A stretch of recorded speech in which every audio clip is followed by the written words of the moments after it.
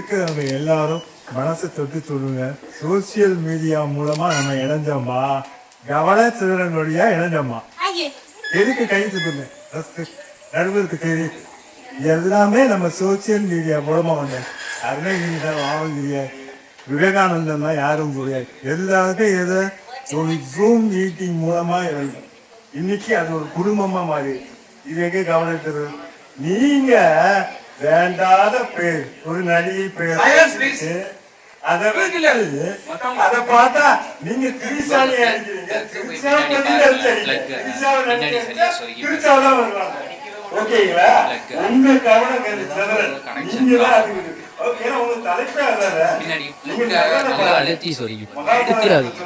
வெளியில ஒரு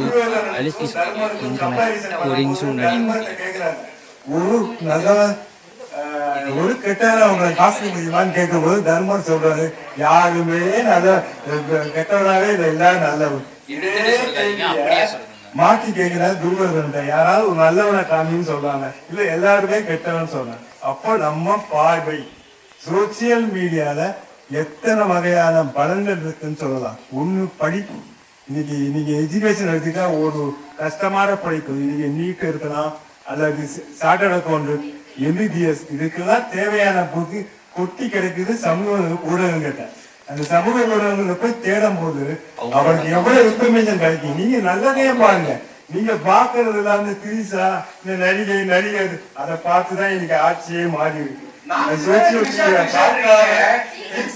social media பார்க்காம உங்க கவனம் சென்றதுனாலதான் இன்னைக்கு ஆட்சி மாற்றுறது.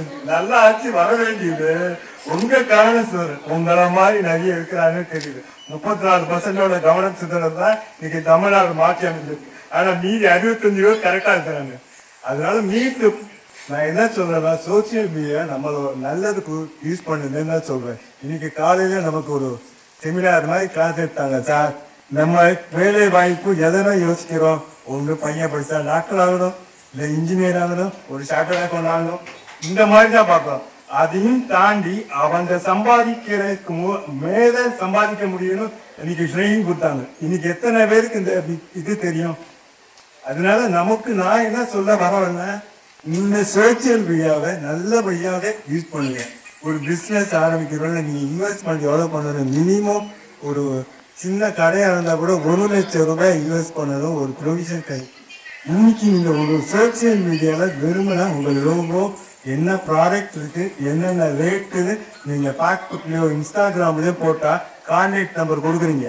அந்த நம்பரை வச்சு உங்களுக்கு ஆர்டர் வச்சு பிரிண்ட் கொடுக்குறீங்க. இதுக்கு ஒரு லென்த்து கிடையாது, ஒரு எம்ப்ளாயி கிடையாது. இந்த காஸ்டெல்லாம் கம்மி பண்ணி நீங்க பொருளை ரேட்டை கம்மி பண்ணி கொடுக்கும் போது உங்களுக்கும் ஒரு நல்ல ஒரு வாய்ப்பு இருக்கு, கன்சியூமருக்கும் உங்களுக்கு வாய்ப்பு இருக்கு. இந்த மாதிரிதான் சோசியல் மீடியால எவ்வளவோ வசதிகள் இருக்கு. இதை விட்டுட்டு இன்னைக்கு இருக்கிற டாக்டர் இருக்கட்டும் சோசியல் மீடியா மூலமா தான் இன்னைக்கு பண்றாரு. அவர் ஒரு மொபைல் அனுப்ப சொன்னா எல்லாரும் என்ன பண்ணுவாங்க, கையால எழுதி அனுப்புவாங்க. ஆனா அவர் எழுதி அனுப்பினது இருந்து யூடியூப் போட்டு அனுப்புறாரு. அப்ப என்ன, அப்ப நீங்க அந்த சோசியல் மீடியா எதுக்கு யூஸ் பண்றீங்க? கவர்னன்ஸ் யூஸ் பண்றீங்க, வாய்ப்புக்கு யூஸ் பண்றீங்க. அப்போ உங்க மனசார சொல்லுங்க, இது வாய்ப்பா தான் இருக்கு சோசியல் மீடியா. நீங்க எல்லாரும் அந்த வாய்ப்பாக யூஸ் பண்ணுங்க.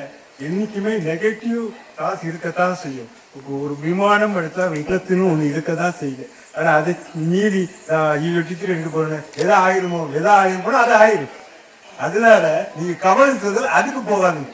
நல்லபடியா நம்ம இங்க சேர்வோம். எல்லாரும் திருச்சியில நீங்க சேர்ந்துருப்போம். இது என்னன்னா சோசியல் மீடியாவோட ஒரு நல்ல பழக்கம், நன்மையே என்று சொல்லி எனக்கு இந்த வாய்ப்பு கொடுத்த பட்டிமன்ற குழுவுக்கும் இந்த நட்புல அமைப்பு குழுவுக்கும் நன்றியை தெரிவித்துக் கொள்கிறேன். நன்றி, வணக்கம்.